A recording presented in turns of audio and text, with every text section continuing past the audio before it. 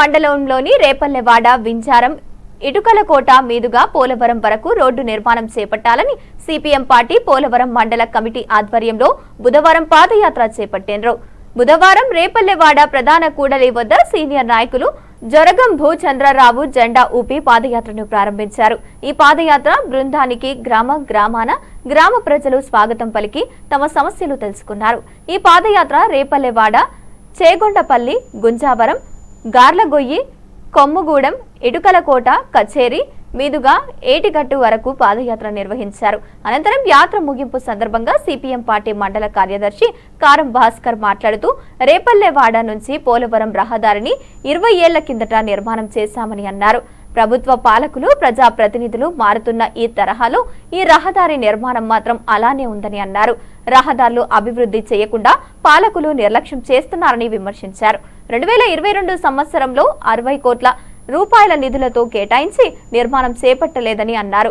ప్రస్తుతం కూటమి ప్రభుత్వం రహదారి అభివృద్ధి చేస్తున్నామంటూ నిత్యం ప్రచారం చేస్తున్నారని, ఈ రహదారి నిధులు కేటాయించకపోవడంతో దుర్మార్గమని అన్నారు. ఈ సందర్భంగా రహదారి వెంబడి 4 హై స్కూలులు, 1 ప్రభుత్వ ఆసుపత్రి, మండల కార్యాలయాలు ఉన్నాయని, ప్రజలు నిత్యం ఈ రహదారినే ఉపయోగిస్తున్నారని అన్నారు. మండల కేంద్రానికి తరచూ వచ్చే ప్రజలు, ప్రయాణికులు, ఉద్యోగులు రహదారిలో గోతులతో అనేక ఇబ్బందులు పడుతున్నారని ఆయన వాపోయారు. ప్రస్తుత కూటమి ప్రభుత్వం, జిల్లా ఉన్నతాధికారులు ఈ రహదారి నిర్మాణం చేపట్టాలని ఆయన కోరారు.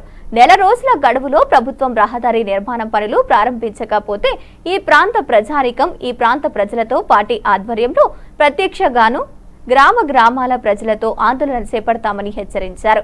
యాత్ర ముగింపు సందర్భంగా రాజ్యాంగ నిర్మాత డాక్టర్ బిఆర్ అంబేద్కర్ విగ్రహానికి పూలమాల వేసి నివాళులర్పించారు.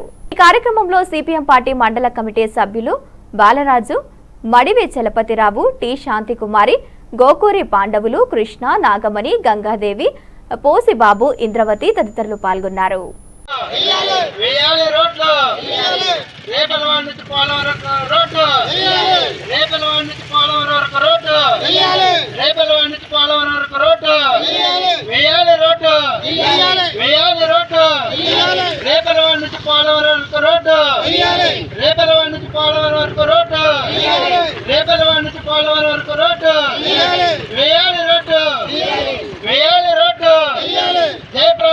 రోడ్డు కోసం సిపిఎం పార్టీ చేపట్టిన పాదయాత్ర, జయప్రదం చేయండి. రోడ్డు కోసం సిపిఎం చేపట్టిన పాదయాత్ర, జయప్రదం చేయండి. సిపిఎం పాదయాత్ర, జయప్రదం చేయండి. సిపిఎం పాదయాత్ర.